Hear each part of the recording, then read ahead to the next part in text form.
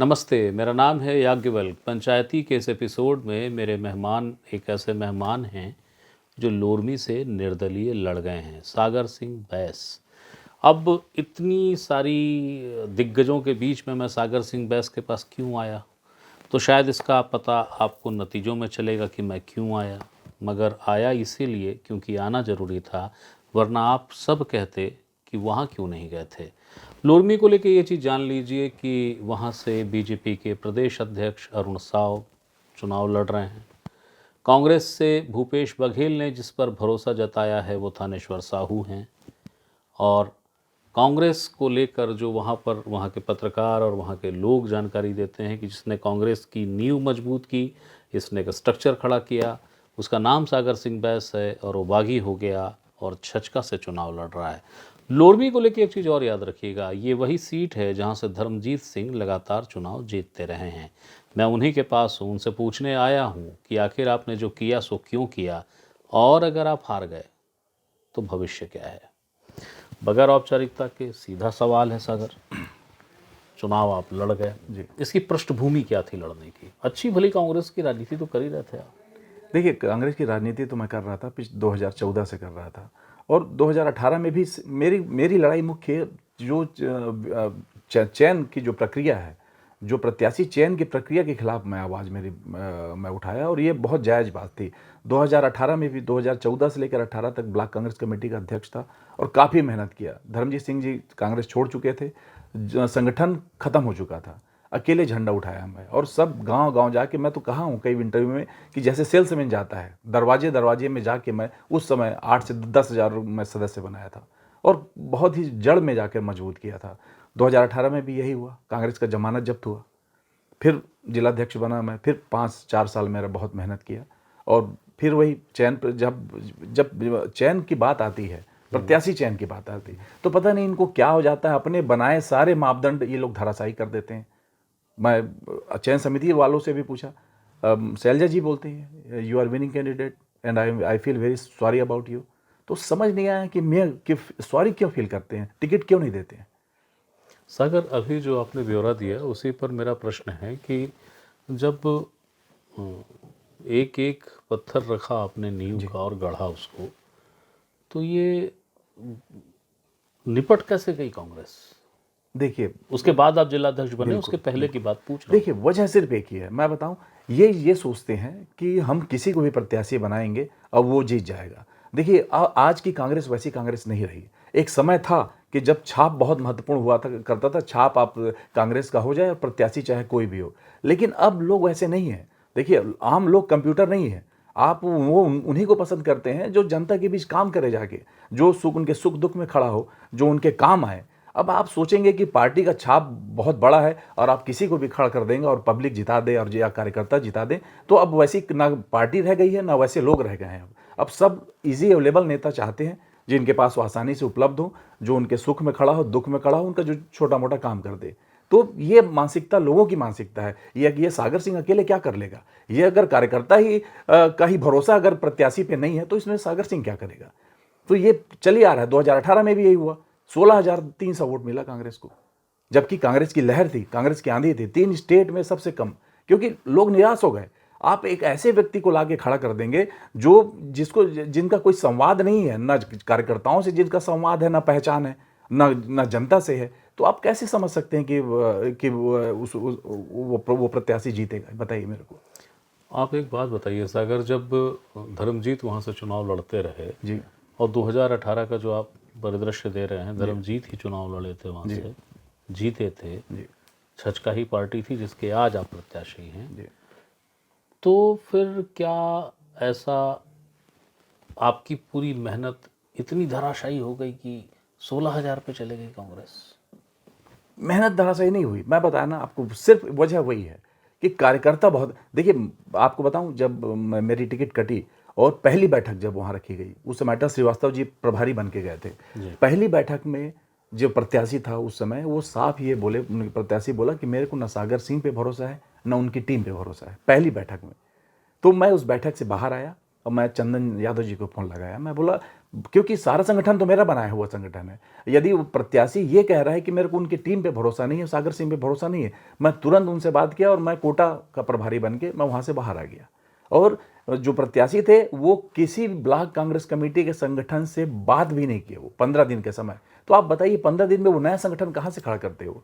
तो 15 दिन तक हमारे कार्यकर्ता वेट करते रहे। उसके बाद स्वाभाविक सी बात है, जहाँ पूछ परख होगी उधर बह गए। 2018 में सागर दावेदार थे आप, टिकट क्यों कट गई आपकी? वजह वही बताया, जाति समीकरण की बात करते हैं हर बार। मतलब ये है कि मेरा भविष्य इस बात पे डिपेंड करता है कि आप बिल्हा में किस समाज को देते हैं, आप बेलतरा में किस समाज को देते हैं। साफ कहना यही है उनका। और वहाँ किस हिसाब से टिकट देते हैं वो समझ नहीं आता मेरे को। मैं पूछा इस सवाल को, मैं पूछा सीएम साहब से भी पूछा, आपको बताऊं कि अटल श्रीवास्तव जी को आपने कोटा में दिया, वहाँ क्या कास्ट इक्वेशन है बताइए मेरे को। यहाँ विजय केसरवानी जी को दिया आप बेलतरा में, वहाँ केसरवानी समाज का क्या इक्वेशन है? तो सारा कास्ट इक्वेशन, सारा सब कुछ वो लोरमी विधानसभा के लिए। लोरमी विधानसभा प्रयोगशाला बन गई है।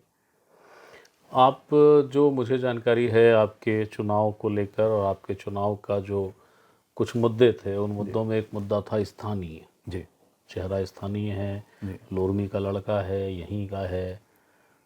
लेकिन धर्मजीत तो लोरमी के नहीं थे ना, वो कैसे जीत रहे थे? देखिए उसका मैं इसका जवाब भी मैं कई मौक़ों पे दिया हूँ। देखिए 2008 तक लोरमी पंडरिया विधानसभा हुआ करता था और उस समय तक वो 3 बार के विधायक वहाँ से बन चुके थे। तो लोगों में एक स्वीकार्यता उनको लेके थी कि एक ही विधान 2008 में परिसीमन के बाद चूंकि पंडरिया अलग हुआ, तो एक जो उनके साथ अलग होने का जो एक छाप था वो उनके साथ नहीं था।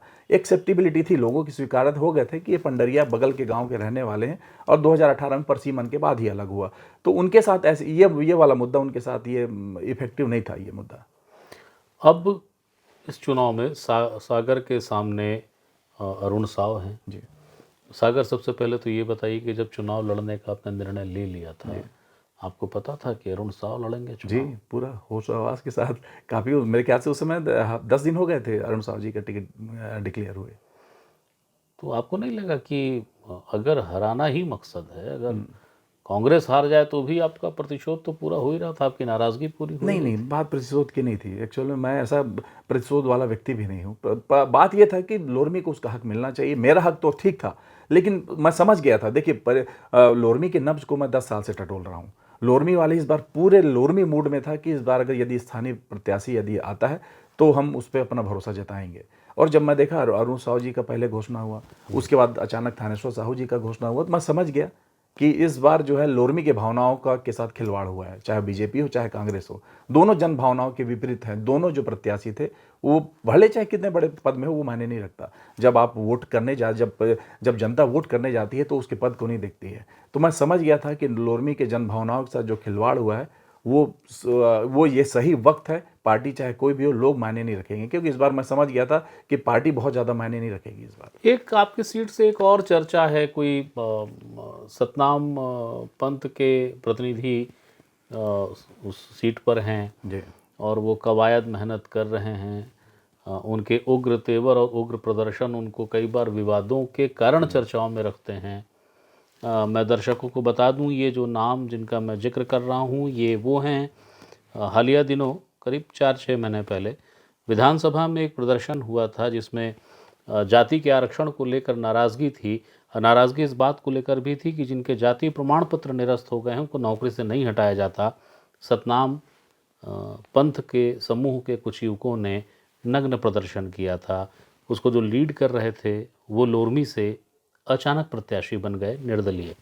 उन्हीं का जिक्र जी है। नहीं कर रहा। क्या स्थिति है उनकी? देखिए वो आप मैं तो शुरू से ही जान गया था कि बीजेपी से पोषित हैं वो। और अभी तो बताया आपको, चुनाव के बाद भी उनसे मुलाकात हुई और ये बीजेपी की स्ट्रेटजी है। 2013 में भी से यही स्थिति थी। 2013 में अचानक सोमेश गुरुजी को लड़ाया गया।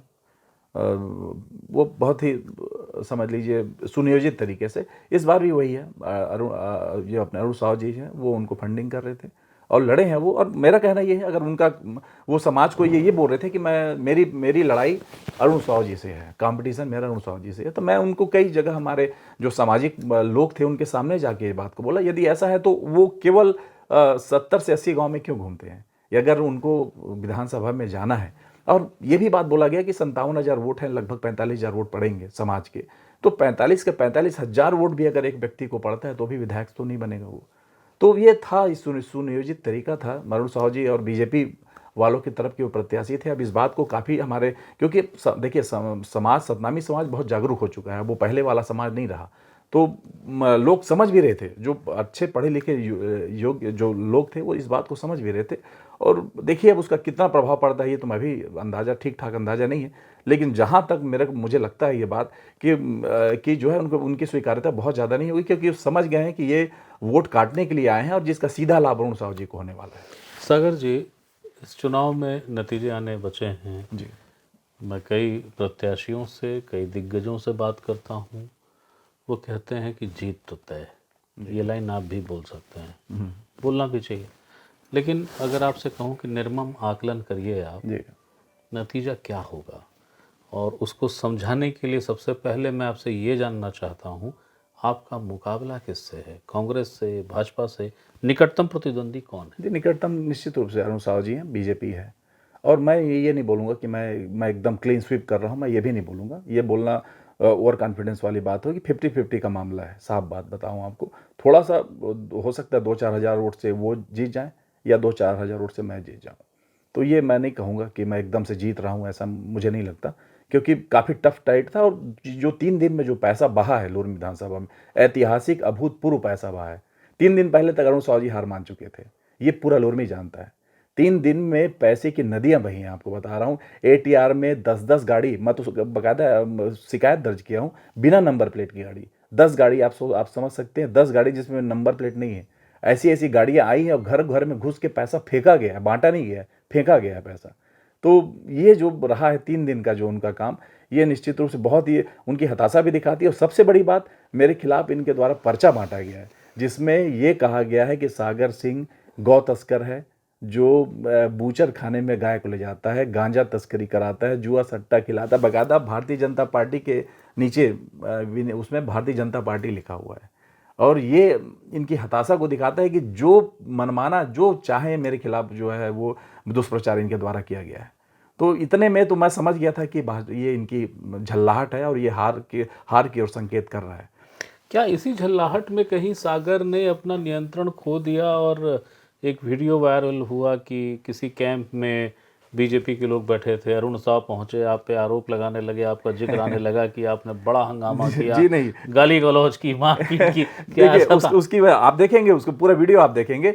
100 मीटर के दायरे के अंदर, हर बूथ की बात बता रहा हूँ, 262 बूथ में, 262 बूथ में 100 मीटर के दायरे के अंदर इनके जो है प्रत्याशी झंडा बैनर लेकर और ईवीएम का डेमो मशीन वो लेकर खड़े थे। पहले नंबर पे जो भी आता था उनको दिखाते थे कि पहले नंबर पे बटन दबाना है, 100 मीटर के दायरे के अंदर। मैं गया वहाँ, मैं चिल्लाया, एक दो बार मना किया था मैं, यार ऐसा मत करो। दोबारा कई बार मना करने के बाद भी ऐसा किया गया तो मैं थोड़ा सा उनसे उसको ईवीएम मशीन को लेकर मैं फेंका। फिर अरुण साहू जी आ गए, फिर मैं कलेक्टर साहब को लगाया, तब तक एसडीएम मैडम भी आ गई। एसडीएम मैडम साहब बोली कि आप जो है नियम का उल्लंघन कर रहे हैं, आप देखिएगा वीडियो में। तो अरुण साहू जी कहते हैं आप हमको नियम बताएंगे। तो ये उल्टा मामला है। एसडीएम खुद बोली कि ये बिल्कुल आपका ये गैर वाजिब है, आप 100 मीटर के दायरे के अंदर आप ये डेमो मशीन लेके आप नहीं बैठ सकते। तो वो तो उल्टा हुआ है। अब भले मीडिया के किस उससे दिखाया मैं नहीं कहता, तो इनको बकायदा अरुण साहब को डांट लगाई है मैडम, एसडीएम मैडम की, आपका ये करना गलत है। 100 मीटर के दायरे के अंदर आप ईवीएम मशीन और झंडा बैनर लेके नहीं रह सकते हैं। सागर, अब चुनाव तो आप लड़ गए, कांग्रेस को आपने थैंक यू कह दिया, छजका से कुछ आर्थिक मदद मिली चुनाव लड़ने के लिए?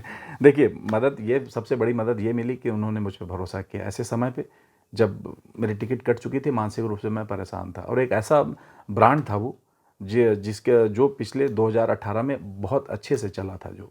तो मुझे ये लगा कि ये मदद, इससे बड़ी मदद कुछ नहीं हो सकती, बाकी मदद तो औपचारिकता है। लोरमी में भूपेश जी आए, उन्होंने कुछ टिप्पणी की आपको लेकर? जी हाँ, भीतरघाती बोले। मैं तो आपके माध्यम से कहना चाहता हूँ, भीतरघाती वो लोग हैं जो एक जीती हुई सीट को हराने की साजिश की है और ऐसे व्यक्ति को टिकट दिए जिसे लोरमी की जनता जानती नहीं थी। तो भीतरघाती तो ऐसे नेता हैं। और सबसे बड़ी बात, मेरा 10 सीट, तुम्हारा 8 सीट, इसका 6 सीट, ये बंटवारे की राजनीति कांग्रेस में जब तक चलेगी, कांग्रेस का भला नहीं हो सकता। ये मैं एकदम खुले तौर पे कहता हूँ, यही हुआ है। हर बार आप नियम बनाते हैं, सर्वे की बात करते हैं, फिर बूथ कमेटी से नाम आना चाहिए, दुनियादारी, ये सारी औपचारिकताएं करते क्यों हैं? या तो हमको बता दीजिए कि आपका भविष्य जो है इस बात पे डिपेंड करता है कि आपकी बिल्हा विधानसभा में किस समाज को दिया जाएगा और बेलतरा में किसको दिया जाएगा। तो हम उस उतनी तैयारी क्यों करें फिर हम? आप ये मापदंड तय करना बंद करिए आप कि जिताओ कि जीतने वाले को देंगे, जिसका सर्वे में होगा, जो सेंट्रल के सर्वे में आएगा, जो स्टेट के सर्वे में, ये सब नाटक बंद करना चाहिए मेरे हिसाब से और क्लियर कट बता देना चाहिए कि आपका भविष्य इस बात पे डिपेंड करता है, तो फिर हम दूसरा रास्ता देखेंगे। आखिरी सवाल है, जी चुनाव जीत गए तो बल्ले बल्ले, जी। हार गए तो सागर के पास राह क्या है, क्या करेंगे सर? राह वही संघर्ष की राह है जो 2012 से करता आ रहा हूँ। संघर्ष करूंगा, फिर करूंगा, मैदान में रहूंगा। और देखिए, मैं तो पैसे को छोड़ के राजनीति में आया हूँ। मैं वन विभाग का ठेकेदार था। ये पैसा को मेरे लिए कभी प्रायोरिटी पैसा कभी नहीं रही है। मैं तो पैसे को छोड़ के राजनीति में आया हूँ। तो मेरा लक्ष्य है, मैं करूँगा लोगों के बीच। मेरा देखिए, मैं इसीलिए तो जाना ही चाहता हूँ कि आम लोगों का मैं नेता हूँ। तो वो मैं बना रहूँगा, फिर संघर्ष करूँगा और कहीं भविष्य में देखा जाएगा। लड़ाई तो मेरी जारी रहेगी। कांग्रेस में वापसी की कोई उम्मीद तो नहीं है? फिलहाल तो नहीं है। फिलहाल नहीं। जी, मतलब मेरी इच्छा नहीं है, मैं सही बताऊं। बहुत बहुत शुक्रिया सागर। ये थे सागर सिंह बैस, और इनकी बातचीत से आप समझ गए होंगे कि आखिरकार मैं सागर सिंह बैस के ही पास क्यों गया। निर्दलीय तो बहुत सारे लोग लड़ रहे हैं, या छचका से बहुत सारे चेहरे हैं, तृतीय मोर्चा जो थर्ड फ्रंट है उससे कई चेहरे हैं, पर यहाँ क्यों आया? कुछ बची कसर अगर माननीय दर्शकों आप तक रह गई हो तो कृपया 3 तारीख का इंतज़ार कीजिएगा, जब ईवीएम से नतीजे निकलेंगे। नतीजे दिलचस्प होंगे, बहुत शानदार होंगे, और जिन सीटों पर नज़र होगी, जाहिर है लोरमी उनमें है। अगली बार फिर किसी नए मेहमान के साथ पंचायती में फिर हाजिर होऊंगा।